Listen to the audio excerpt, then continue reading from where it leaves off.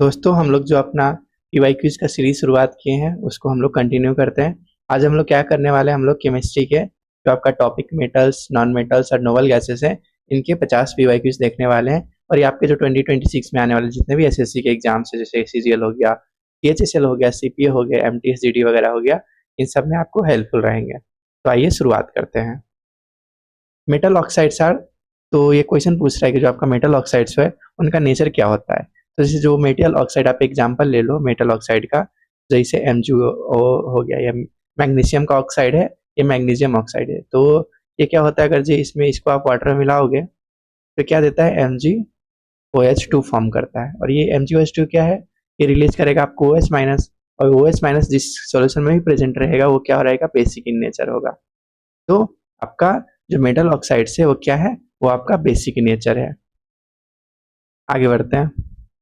Which of the following elements is an actinide. तो जो आपका एक्टिनाइट्स होता है, एक्टिनाइट क्या होता है, ये आपका 14 एलिमेंट्स का सीरीज होता है। 14 एलिमेंट्स का सीरीज होता है, और ये आपका 89 टू 103 एटॉमिक नंबर का जो एलिमेंट होता है उसे हम लोग एक्टिनाइट्स बोलते हैं। तो बोल रहा है इनमें से कौन सा आपका एक्टिनाइट्स है, तो इनमें से जो आपका क्यूरियम है वो आपका एक्टिनाइट सीरीज में आता है। और जो आपका क्यूरियम का एटॉमिक नंबर है, एटॉमिक नंबर को हम लोग जेड से रिप्रेजेंट करते हैं, ये आपका क्या है, आपका 96 है। तो आंसर आपका क्यूरियम हो जाएगा। आगे बढ़ते हैं। Law of octave says that if the chemical weight are arranged according to increasing atomic weight, those with similar physical and chemical properties occur after each interval of, तो इसका आंसर क्या हो जाएगा, after each interval of 7 elements. तो जो आपका कोई भी एलिमेंट्स का, जो आपका हर एक 7 एलिमेंट्स के बाद जो एलिमेंट आता है, अगर जो आप इंक्रीजिंग एटॉमिक वेट पे इसको रिप्लेस करोगे तो हर एक जो 7 एलिमेंट के बाद जो एलिमेंट आता है उन लोगों का फिजिकल और केमिकल प्रॉपर्टी सिमिलर होता है। तो लॉ ऑफ ऑक्टेव्स आपका ये बोलता है, मतलब 7 एलिमेंट के बाद मतलब हर एक 8th एलिमेंट हो गया, इसलिए इसका नाम भी लॉ ऑफ ऑक्टेव्स पड़ा। आगे बढ़ते हैं। Which of the following is an lanthanide. तो जैसे आपका एक्टिनाइट्स हो गया वैसे आपका लेंथेनाइट्स होता है। लेंथेनाइट्स भी आपका 14 एलिमेंट्स का सीरीज है, और ये आपका जो आपका 57 टू 71 एलिमेंट्स है, ये आपका लेंथेनाइट सीरीज में आता है। और आपका इनमें से कौन सा लेंथेनाइट एलिमेंट है, इनमें से आपका जो एटॉमिक नंबर 58 है सीरियम का, वो आपका लेंथेनाइट एलिमेंट है। आगे बढ़ते हैं। In periodic table Mendel could not assign a correct position to, तो पीरियोडिक टेबल में मेंडलीव ने हाइड्रोजन को एक करेक्ट पोजीशन नहीं दे पाए थे। ऐसा क्यों, क्योंकि इसमें दोनों प्रॉपर्टीज होते हैं, आपके ग्रुप 1 के भी प्रॉपर्टीज होते हैं। ग्रुप 1 में आपका अल्काली मेटल्स होता है, तो आपका इसके भी प्रॉपर्टीज ये शो करता है।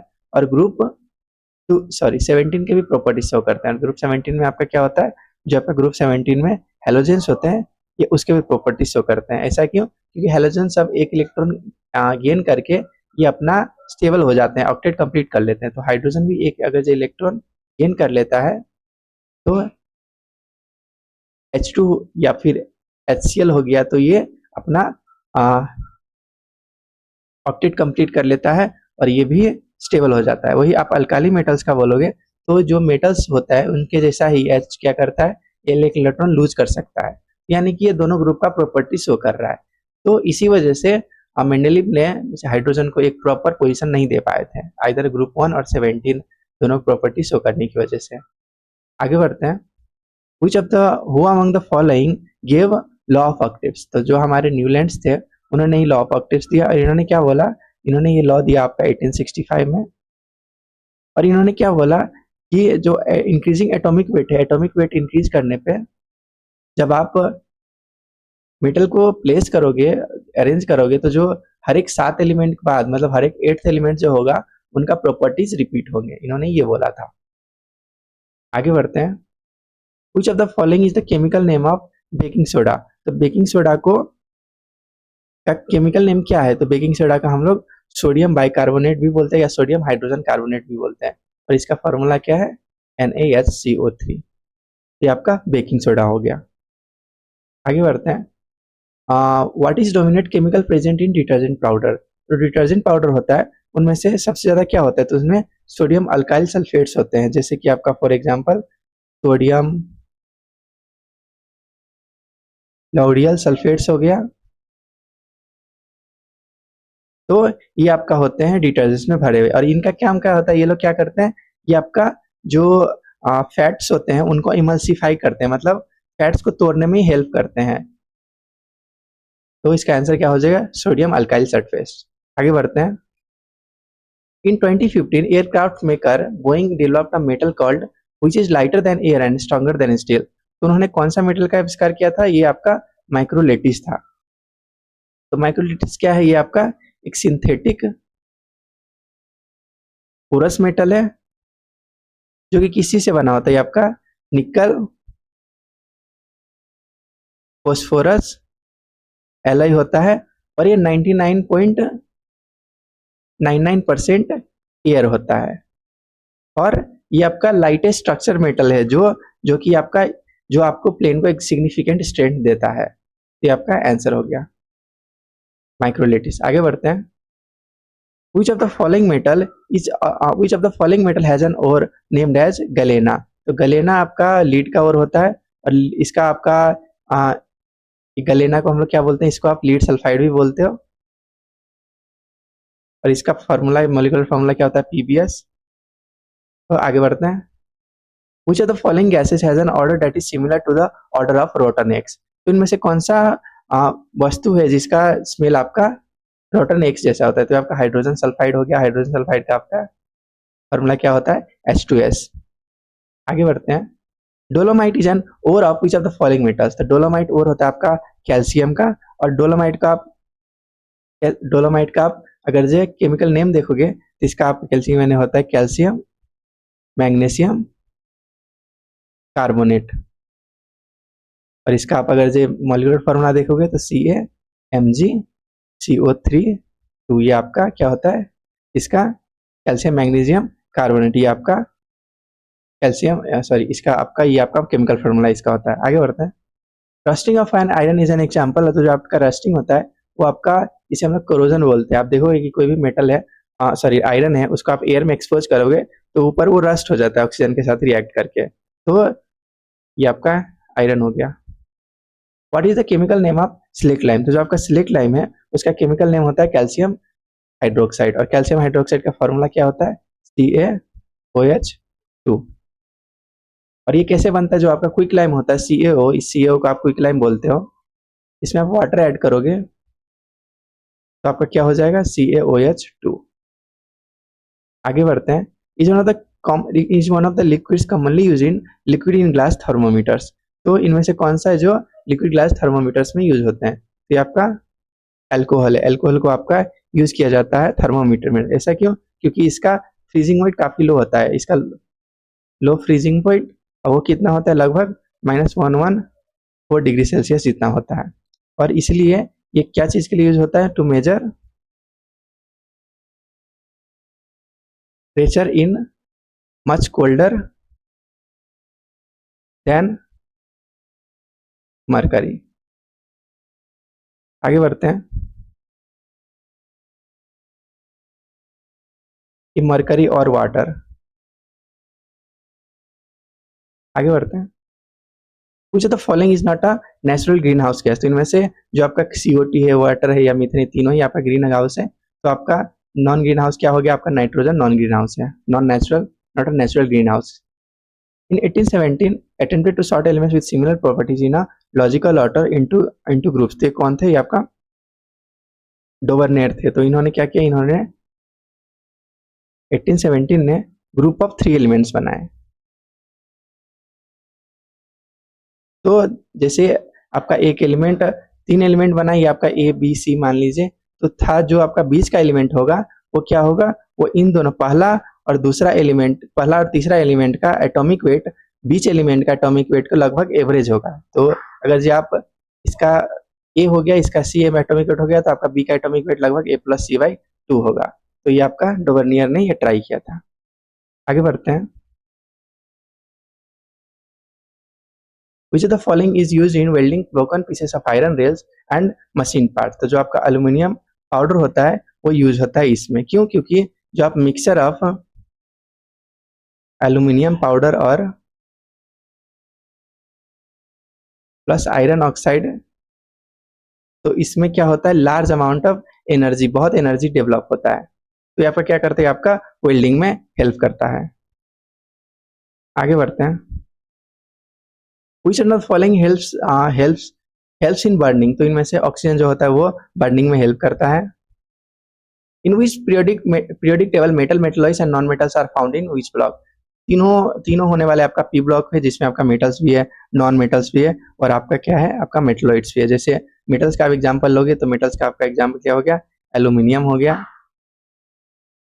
और आप मेटलॉइड्स का एग्जांपल लोगे तो आपका मेटलॉइड्स का एग्जांपल सिलिकॉन हो गया। और आप नॉन मेटल का एग्जांपल लोगे तो नॉन मेटल का एग्जांपल कार्बन हो गया। इसका आपका 13 एटॉमिक यूनिट हो गया, कार्बन का आपका 14 हो गया, सिलिकॉन का आपका 16 हो गया। In modern periodic table while moving left to right across a period the metallic character, तो आप लेफ्ट से राइट आप जाओगे तो मेटालिक कैरेक्टर क्या करता है, मेटालिक कैरेक्टर डिक्रीज करता है। क्यों? क्योंकि अगर जो कोई भी चीज मेटल है, तो जैसे आपका एटम हो गया, और ये आपका न्यूक्लियस, न्यूक्लियस में क्या है, प्रोटॉन और न्यूट्रॉन है, इलेक्ट्रॉन है। तो कोई भी चीज मेटल इसलिए बोला जाता है क्योंकि बाई टेंडेंसी वो कितना जल्दी इलेक्ट्रॉन लूज कर दे रहा है। तो वैसे इलेक्ट्रॉन जितना जल्दी लूज करेगा उतना ही अच्छा वो मेटल माना जाता है। लेकिन जैसे ही आप लेफ्ट टू राइट जाओगे पीरियोडिक टेबल में, तो आपका नंबर ऑफ प्रोटॉन्स और नंबर ऑफ न्यूट्रॉन्स बढ़ते जाएंगे। अब प्रोटॉन्स न्यूक्लियस में बढ़ेंगे तो जो आपका बाहर इलेक्ट्रॉन्स है ये और भी ज्यादा अच्छा से अट्रैक्ट करके रखेगा, तो बाहर नहीं निकल पाएगा। और जब बाहर नहीं निकल पाएगा तो इसका टेंडेंसी मेटालिक करंट घटेगा, तो ये हो जाएगा आपका decrease. Which of the following is are correct, इनमें से आपका कौन सा करेक्ट है। Metallic oxide are said to be basic oxide, तो ये आपका करेक्ट है। नॉन मेटालिक ऑक्साइड ये रॉन्ग है। All acid have similar chemical properties, तो आपका करेक्ट क्या है, नॉन मेटालिक ऑक्साइड। तो जो आप वो तो आपका एसिडिक इन नेचर होता है। जैसे नॉन मेटालिक ऑक्साइड का एग्जांपल क्या हो गया, नॉन मेटल्स, जैसे आपका नॉन मेटल जैसे आपका सल्फर डाइऑक्साइड है, इसमें आप वाटर ऐड करोगे तो क्या बताएगा, ये बनेगा। तो ये तो आपका एसिड है, तो आपका एसिड, नॉन मेटालिक ऑक्साइड तो आपका एसिडिक इन नेचर होता है। और मेटालिक ऑक्साइड आपका बेसिक इन नेचर, जैसे आपका CaO हो गया, इसमें आप वाटर डालोगे तो ये क्या बनेगा, CaOH2। तो इसमें OH माइनस है, तो ये आपका बेसिक इन नेचर है, तो ये आपका फर्स्ट और थर्ड करेक्ट हो जाएगा। All acid have similar complete chemical properties, क्योंकि H+ ही रिलीज करेगा, सारे ही H+ ही रिलीज करते हैं। तो आपका आंसर क्या हो जाएगा, ओनली 1 and 3 आंसर हो जाएगा। Which is not an inorganic gas, तो इनमें से कौन सा है आपका जो इनऑर्गेनिक गैस नहीं है। तो इनमें से देखिए, तो अमोनिया आपका इनऑर्गेनिक गैस है, आपका हाइड्रोजन सल्फाइड आपका इनऑर्गेनिक गैस है, आपका मीथेन जो हो गया, मीथेन आपका ऑर्गेनिक गैस है। क्यों? क्योंकि इसमें देखोगे तो मीथेन का फॉर्मूला क्या होता है, CH4, इसमें कार्बन है जो आपका 4 हाइड्रोजन से बॉन्डेड है, तो इसलिए मीथेन आपका ऑर्गेनिक गैस के कैटेगरी में आता है। बाकी ये तीनों देखेंगे, बाकी तीनों आपका नॉन इनऑर्गेनिक है, सॉरी इनऑर्गेनिक है, क्योंकि इन लोग में CH बॉन्ड नहीं है। आपका आंसर क्या हो जाएगा, methane. Which of the following are requirements for producing fire, इनमें से कौन सा फायर के लिए जरूरी है। तो फ्यूल है, एयर है। एयर तो आपका इसलिए जरूरी है क्योंकि एयर में आपका ऑक्सीजन होगा। फ्यूल तो इसलिए जरूरी है क्योंकि फ्यूल होगा तभी वो वेपोरेट करेगा और तभी तो वो जलेगा। और हीट चाहिए क्योंकि इनिशियली कुछ अमाउंट ऑफ हीट तो चाहिए। जैसे केरोसिन, मतलब केरोसिन को आप वुड में रखते हो, उसमें भी आग लगा देते हो, आपको मैच स्टिक चाहिए, तो शुरुआत में तो कुछ एनर्जी तो चाहिए ही। आपका आंसर क्या हो जाएगा, ऑल 1 and 2 and 3। इसे हम लोग फायर ट्रायंगल भी बोलते हैं, ये तीनों ही चाहिए। आगे बढ़ते हैं। Which base is generally found in soap, इनमें से कौन सा बेस सोप में पाए जाते हैं। तो सोप में आपका क्या होता है, सोडियम हाइड्रोक्साइड आपका पाया जाता है हार्ड सोप में। और ये आपका सोडियम हाइड्रोक्साइड को हम लोग क्या बोलते हैं, कॉस्टिक सोडा भी बोलते हैं। वाइल जो आपका सॉफ्ट सोप है और लिक्विड है, उसमें क्या पाया जाता है, उसमें भी हाइड्रोक्साइड पाया जाता है, लेकिन उसमें आपका पोटेशियम हाइड्रोक्साइड पाया जाता है, KOH। आपका आंसर क्या हो जाएगा, sodium hydroxide. Which of the following metal is most reactive, इनमें से कौन सा मेटल आपका मोस्ट रिएक्टिव है। इनमें से सबसे जो रिएक्टिव है, वो रिएक्टिविटी सीरीज में देखोगे तो जो आपका पोटेशियम होता है वो रिएक्टिविटी सीरीज में सबसे टॉप में होता है, इसलिए आपका आंसर क्या हो जाएगा, इसका आंसर पोटेशियम हो जाएगा। In modern periodic table the atomic radius increases, तो मॉडर्न पीरियोडिक टेबल में आप एटॉमिक रेडियस जाओगे तो आप moving from top to bottom in a group. तो जैसे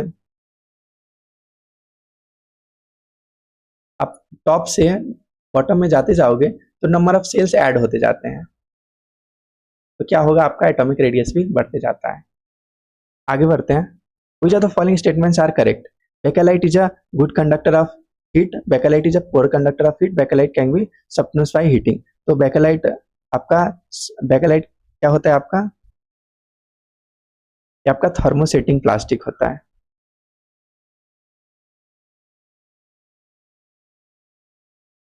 तो ये क्या होगा, ये थर्मोप्लास्टिक जैसा हीट करने पे सॉफ्ट नहीं होता, ये आपका हीट करने पे और ज्यादा ही हार्ड हो जाता है।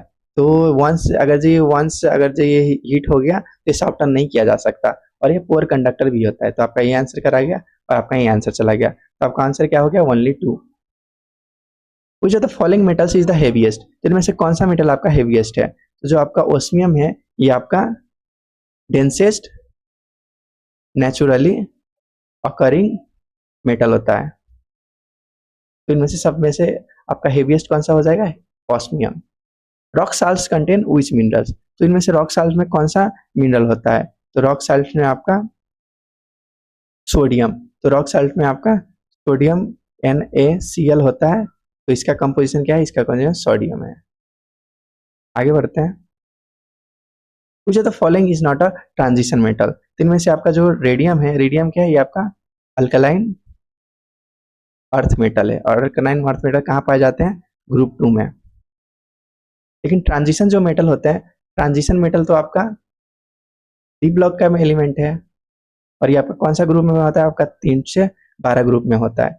तो जो आपका एक्टिनम और बोरियम हो गया, ये आपका पार्ट ऑफ ट्रांजिशन एलिमेंट और नॉन इनर ट्रांजिशन मेटल से सीरीज है, और जो आपका रेडियम हो गया ये आपका अल्कलाइन अर्थ मेटल का है, इसलिए आपका आंसर क्या हो जाएगा, radium. Which of the following elements are commonly found in most fertilizers? तो आपका जो मॉस्ट फर्टिलाइजर्स में पाए जाते हैं वो आपका NPK होता है। N फॉर आपका नाइट्रोजन हो गया, P फॉर आपका फॉस्फोरस हो गया, K फॉर आपका पोटेशियम हो गया। तो आंसर क्या है, नाइट्रोजन, पोटेशियम, फास्फोरस। आगे बढ़ते हैं। Iron is a chemical name of which element? तो जो आपका आर्यन है ये आपका रेडन का इस्तेमाल होता है, और रेडन का कुछ प्रॉपर्टीज देखेंगे तो आपका कलरलेस होता है, रेडियो एक्टिव नोबल गैस होता है, और ये आपका ऑर्डरलेस भी होता है। तो आर्यन स्टैंड्स फॉर रेडन। आगे बढ़ते हैं। What is the chemical symbol of iron? तो जो आपका आयरन का केमिकल सिंबल है ये आपका Fe है। Which the following is not a property of metal? तो मेटल क्या है, मेटल का प्रॉपर्टी क्या नहीं होता, तो हार्डनेस होता है, लस्ट्रस मतलब चमकता भी है, मैलिएबिलिटी ये भी होता है, लेकिन आज का पोअर कंडक्टर ऑफ मेटल बहुत अच्छा कंडक्टर होता है इधर इलेक्ट्रिसिटी का और हीट का। तो इसका आंसर क्या हो जाएगा, D. Which of the following is a non lustrous metal? तो इनमें से सॉरी नॉन मेटल, तो इनमें से कौन सा है जो नॉन लस्ट्रस नॉन मेटल है? Is a lustrous, sorry is a lustrous non metal. तो जो आपका आयोडीन है वो लस्टर नॉन मेटल है, बाकी बाकी जो इनमें ऑप्शन में से जो बाकी सब है वो सारे डल होते हैं, लेकिन जो आपका आयोडीन होता है इसमें आपका natural metallic metallic like luster पाया जाता है। आगे बढ़ते हैं। Corundum and cryolite are important ores of which of the following metal? तो कोरोंडम और क्रायोलाइट आपका जो एल्यूमिनियम होता है, एल्यूमिनियम का बहुत अच्छा ये ओर्स होते हैं। तो जो आपका कोरोंडम हो गया, कोरोंडम तो आपका एल्यूमिनियम ऑक्साइड का फॉर्म हो गया, तो ये आपका आंसर हो गया। और जो आपका क्रायोलाइट होता है ये आपका industrial extraction of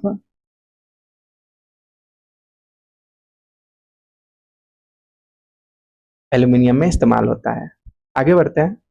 which of the following statement is correct? Gold and silver are non ductile, phosphorus and nitrogen are ductile, copper and platinum are ductile, sulphur and phosphorus sonorous. तो ductile का property, ductile मतलब क्या है, ability to convert it into thin wires. तो कोई भी वस्तु अगर जब वो थिन वायर में कन्वर्ट हो रहा है तो मतलब वो हाईली डक्टाइल है। तो इनमें से जो आप कपर और प्लेटिनम देखोगे ये आपका हाईली डक्टाइल होता है, तो इसका आंसर हो गया आपका कपर एंड प्लेटिनम और डक्टाइल। बाकी आप फॉस्फोरस और नाइट्रोजन को देखोगे ये तो नॉन मेटल्स है, और ये वैसे भी डक्टाइल नहीं होता है। आगे बढ़ते हैं। ऑक्सीजन मॉलिक्यूल, तो ऑक्सीजन मॉलिक्यूल आपका डायटोमिक होता है, जैसे आप O2 के फॉर्म में एग्जिस्ट करता है, तो O2 दो मॉलिक्यूल है मतलब डायटोमिक हो गया। Which the following element is not a metal, तो इनमें से कौन सा आपका मेटल नहीं है? तो जो आपका फास्फोरस होता है ये आपका नॉन मेटल होता है, और जो आपका एल्युमिनियम, कैल्शियम और पोटेशियम सारे आपका मेटल्स हैं। Which of the following group doesn't follow Newland law of octaves, इनमें से कौन सा ग्रुप आपका न्यूलैंड लॉ ऑफ ऑक्टेव्स को फॉलो नहीं करता? जो आपका MnHg है ये आपका न्यूलैंड लॉ ऑफ ऑक्टेव्स को फॉलो नहीं करता है। बाकी की देखोगे, बाकी जो है वो आपका ये हो गया, ये हो गया, ये हो गया, ये तीनों आपका न्यूटन लॉ ऑफ ऑक्टेव्स को फॉलो करता है। और जो आपका ट्रांजिशन एलिमेंट, बेसिकली मैग्नीशियम आप जो आपका मर्क्यूरी ट्रांजिशन एलिमेंट में आता है, तो जो ट्रांजिशन एलिमेंट सब है, हेवी एलिमेंट सब है, वो न्यूटन लॉ ऑफ ऑक्टेव्स को थोड़ा फॉलो करना छोड़ देते हैं। आगे बढ़ते हैं। Which among the following noble gas has the highest molecular mass, तो इनमें से कौन सा जो नोबल गैस है उसका हाईएस्ट मॉलिक्यूलर मास होता है? जो आपका जेनॉन होता है वो जब नोबल गैस से आप नीचे जाते जाओगे तो मॉलिक्यूलर मास इंक्रीज होता जाता है। जो आपका जेनॉन है वो आपका सबसे ज्यादा इसमें मोलर मास है इसका।